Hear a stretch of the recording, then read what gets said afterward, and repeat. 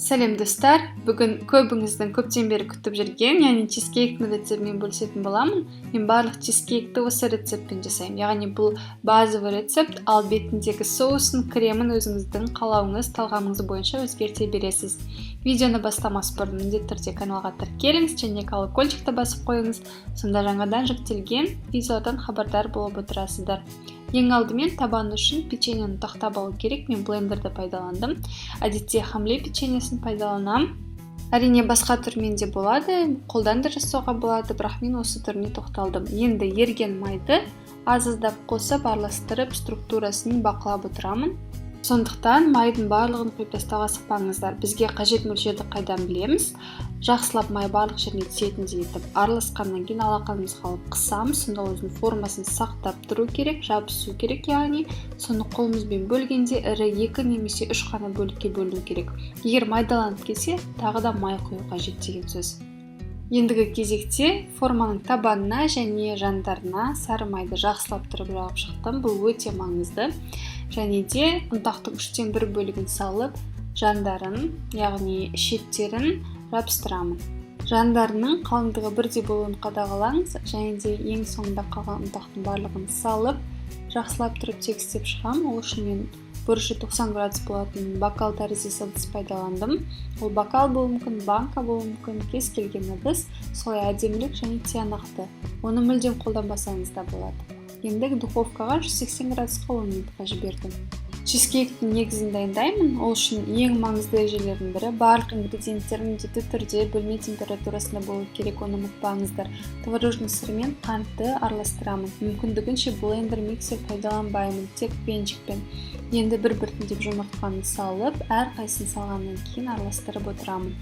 Миксерді пайдаланбау себебі массаны ауаға толтырмау қажет, сонда ешқандай трещина пайда болмайды.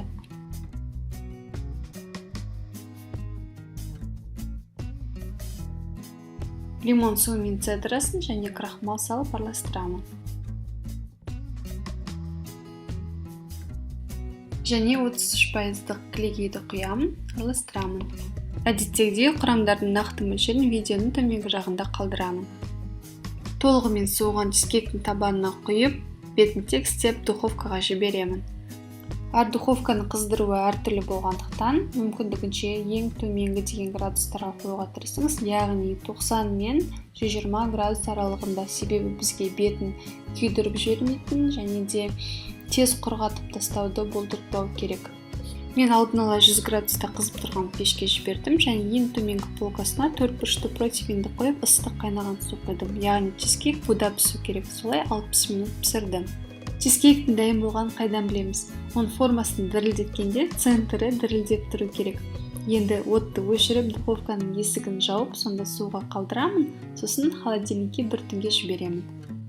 Келесі күні чизкейк толық дайын болды, ешқандай трещинасы жоқ, идеальный чизкейк. Ендігі мәселе оны формасына шығару. Менен бір лайфхак болсын, мен кәдімгі фенді пайдаланамын, яғни форманы сыртынан қыздырып алу керек. Ертеректе жағылған сары майды ертеміз осылай, сондықтан ол жеңіл шығады. Егер астынан көтеріп абайлап көріңіздер, егер алынбаса, сол жерін тағы да фенмен қыздырып алып, осы процесті қайталаңыздар. Оңай шығып жатса, абайлап алып, ұсынатын ыдысқа орналастырамын. Осымен чизкейк дайын, бетін әртүрлі жидектермен әсемдеп ұсынсаңыз болады. Мен үйде жасалған карамель соусын құюды жөн көрдім.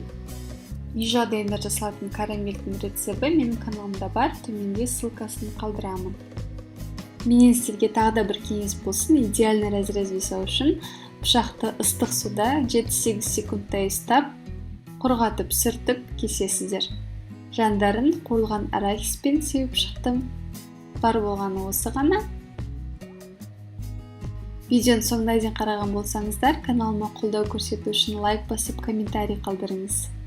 Маған сеніп, менімен бірге болғандарыңызға рахмет.